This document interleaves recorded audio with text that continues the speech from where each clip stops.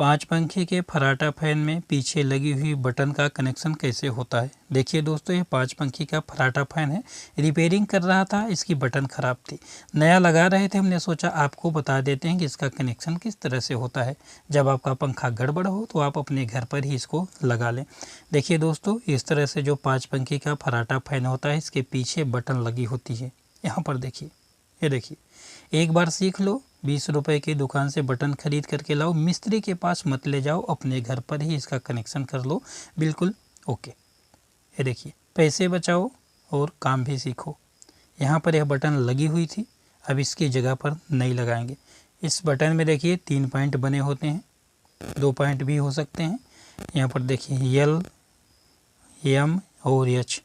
L वाले point पर एक वायर कनेक्ट करना है, एक वायर को इन दोनों पॉइंटों में से किसी एक वायर पर कनेक्ट करना है। सबसे पहले आपको इस तरह से वायर कनेक्ट कर लेंगे। यदि उसके कवर में लगा लेंगे तो वायर को अच्छे से ज्वाइंट करते नहीं बनेगा। बाहर स्विच निकाल कर ही 2 वायर कनेक्ट कर लें अच्छे से, नहीं तो वायर ढीला उला हो जाता है, तो जब आप बटन को चालू करेंगे तो पंखा चालू नहीं हो पाएगा। इसको बाहर ही अच्छे से टाइट कर लेते हैं। एक वायर लग गया, दूसरा वायर भी लगा लेते हैं, ये भी लग गया। अब इसके कवर में फिट कर लेते हैं। अब ध्यान से आपको देखिएगा, यहीं पर थोड़ा सा दिक्कत हो सकती है आपको। पहले आपको कागज़ और पेन पर समझाने का प्रयास करूंगा, टेंशन मत लीजिए। अभी इसको फिट कर लेते हैं। ये देखिए, जब कभी आपके घर का पंखा गड़बड़ हो या फिर पड़ोसी का पंखा गड़बड़ हो तो आप बटन खरीद करके लाइए और ऐसे लगा लीजिए। 1 बार 2 बार 3 बार ऐसे काम करेंगे, आप इसमें स्पेशलिस्ट हो जाएंगे। किसी भी पंखे का कनेक्शन आप बड़े ही आसानी से कर लेंगे। इस तरह से जो 5 पंखी वाले होंगे, 2 वायर इसके हो गए स्विच के, और 2 वायर लीड के हो गए, और 2 वायर मोटर के हो गए। केवल 6 वायर आपको यहाँ है, इन्हीं का इधर उधर करके कनेक्शन करना है। उससे पहले हम आपको कागज़ और पेन की सहायता से समझाने का प्रयास करता हूँ, ताकि अच्छे से आप समझ जाइए। कागज़ और पेन ले लिए हैं, यहाँ पर मोटर बना लेते हैं। मोटर से 3 वायर बाहर निकले हुए हैं। इसकी डिज़ाइन पर आप मत जाइएगा, आप वायर को ध्यान दीजिए। 3 वायर निकले हुए हैं और यहाँ बटन बना लेते हैं। 3 ही पार्ट है इसको कनेक्शन करने के लिए आपको मिलेंगे।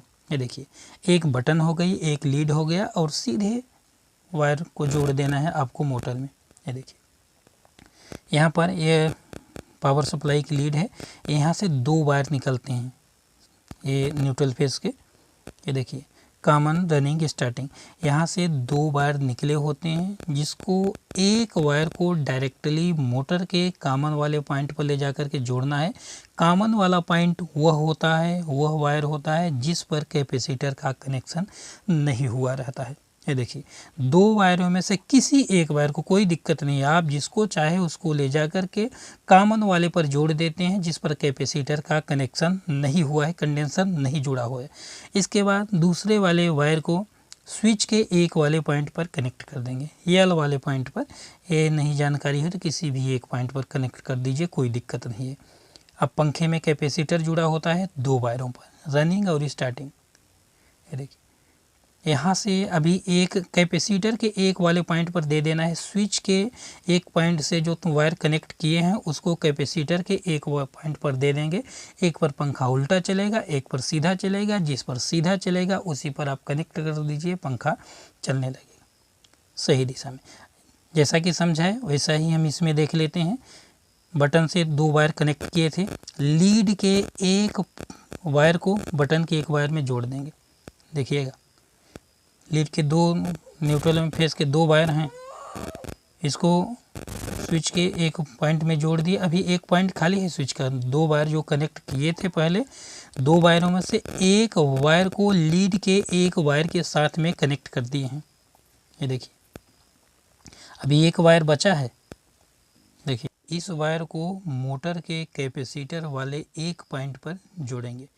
अब लीड वाले वायर को डायरेक्टली कॉमन वाले पॉइंट पर जोड़ देते हैं जिस पर कैपेसिटर का कनेक्शन नहीं हुआ है। अब देखिए, अभी बताए थे आपको चित्र के माध्यम से कि जो स्विच का एक पॉइंट है उसको कैपेसिटर वाले एक पॉइंट पर जोड़ देना है। एक पॉइंट पर पंखा सीधा चलेगा, दूसरे पर उल्टा चलेगा। यदि जहाँ पर आप जोड़े हैं वहाँ पर पंखा उल्टा चल रहा है तो कैपेसिटर के दूसरे वाले पॉइंट पर दे दीजिए, पंखा सीधा हो जाएगा। अब इसको थोड़ा सा चेक कर लेते हैं। देखिए, एक लीड का डायरेक्टली कॉमन वाले पॉइंट पर चढ़ा गया है। 2 वायर कनेक्ट किए हैं, एक रनिंग और एक स्टार्टिंग को मिलाकर के कॉमन बनाए हैं और एक स्विच में गया है। स्विच से होते हुए कैपेसिटर के एक पॉइंट पर जुड़ा हुआ है। अब जैसे स्विच को बंद करेंगे, चालू करेंगे, यहाँ से बंद और चालू हो जाएगा। अब इसको थोड़ा सा चालू करके देखें। इसको सप्लाई से कनेक्ट करना है और इसको चालू करके देखना है ताकि पंखा उल्टा सीधा चले, तो यहीं से इसको सही कर लें। देखिए इसमें टेप कहीं पर भी नहीं लगा हुआ है, आपको सावधानी पूर्वक इसको चलाना है। टेप लगा लिए हैं ताकि समझ में आए शाफ्ट उसका चले, तो देखिए शाफ्ट चल रहा है। अब इसकी डायरेक्शन को देख लेंगे, सही दिशा में चल रहा है या फिर उल्टी दिशा में चल रहा है। यदि उल्टी दिशा में चल रहा है तो उसको कैपेसिटर वाले पॉइंट पर जो स्विच का एक तार लगा हुआ है उसको दूसरे वाले पॉइंट पर बदल देंगे, पंखा सीधा हो जाएगा। हालांकि पंखा सीधा चल रहा है, बदलने की कोई दिक्कत नहीं है। अब इसको अच्छे से कर लेते हैं टेपिंग। अब इसकी करते हैं फाइनल चेकिंग। देखिए फाइनल चेकिंग कर रहे हैं, बिल्कुल सही चल रहा है, सही दिशा में चल रहा है। इस तरह से इसका कनेक्शन होता है स्विच का। 5 पंखे के फर्राटा फैन में कभी भी गड़बड़ी है तो आप स्विच का कनेक्शन इस तरह से कर सकते हैं, वायरिंग इस तरह से कर सकते हैं। धन्यवाद दोस्तों।